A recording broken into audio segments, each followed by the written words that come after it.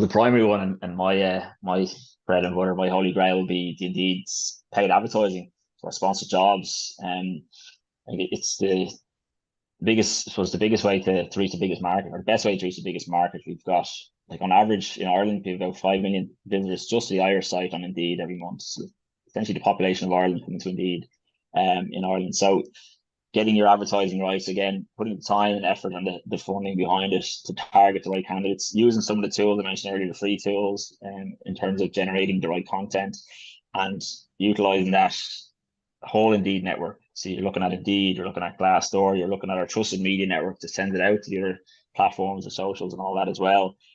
It can be costly, but again, in terms of what you're looking for and how you approach it, it can save you a lot of money in terms of what you might be investing then on the agency side. So there's pros and cons to it in that sense. How dare you?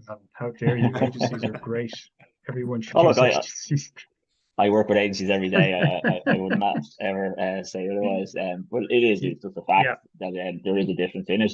Obviously, it's self-managed, so the benefits of agencies are on the other side. But yeah, it's a great tool, and again, like I said, it's reaching that large population of potential candidates who are active, which is, I suppose, the big Indeed piece, is that people are coming to Indeed looking for work. We're not a social platform that you're looking and scrolling down, you see something that may not be related to you. You're looking specifically for the what and where you want to go. So it's very targeted, and if you do it right, you should get the right results.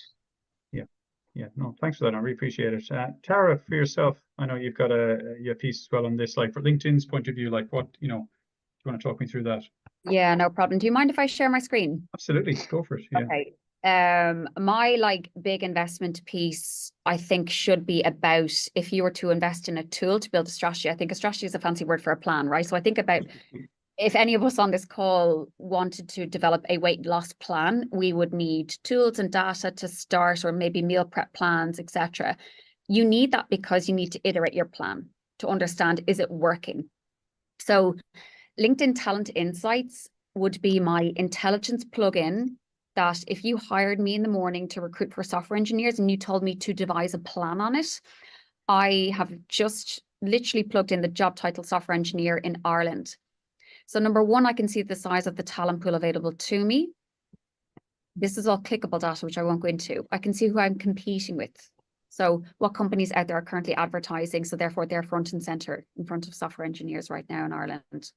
I can also see what proportion of that talent pool are currently open to work or contractors, the average median tenure, which tells me I know where I should headhunt, because typically software engineers stay in their role 1.6 years. So I'm thinking maybe I should hit them up, at their 1-year anniversary mark, knowing they may not be so passive, in their roles a couple of months later. But equally, that's a nice retention strategy as well. I know where to re-inspire, because we can talk about recruitment, and then Tom's probably okay with, well, we need to retain them as well. So if I know they're due to leave maybe at 1.6 years in the current role, how's that going to impact my business? And maybe I need to re-inspire and invest in L&D. Yeah. Equally, this tool goes into migration trends. So if the role can be visa supported and you cannot get the talent pool in Ireland, we can see where Ireland has, in the last 12 months, gained its software engineering talent, which is incredibly intuitive.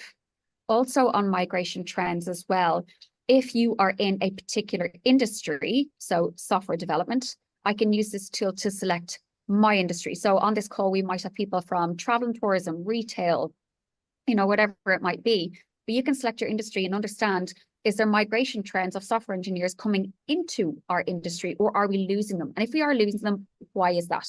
Is it a salary thing? Is it they offer better benefits, as Alan kind of alluded to, benefits packages? And then finally, again, leaning into my digital marketing background, it's very important to understand how talent pools are hearing about my brand. Now, my brand, this is my tool, so my brand is LinkedIn.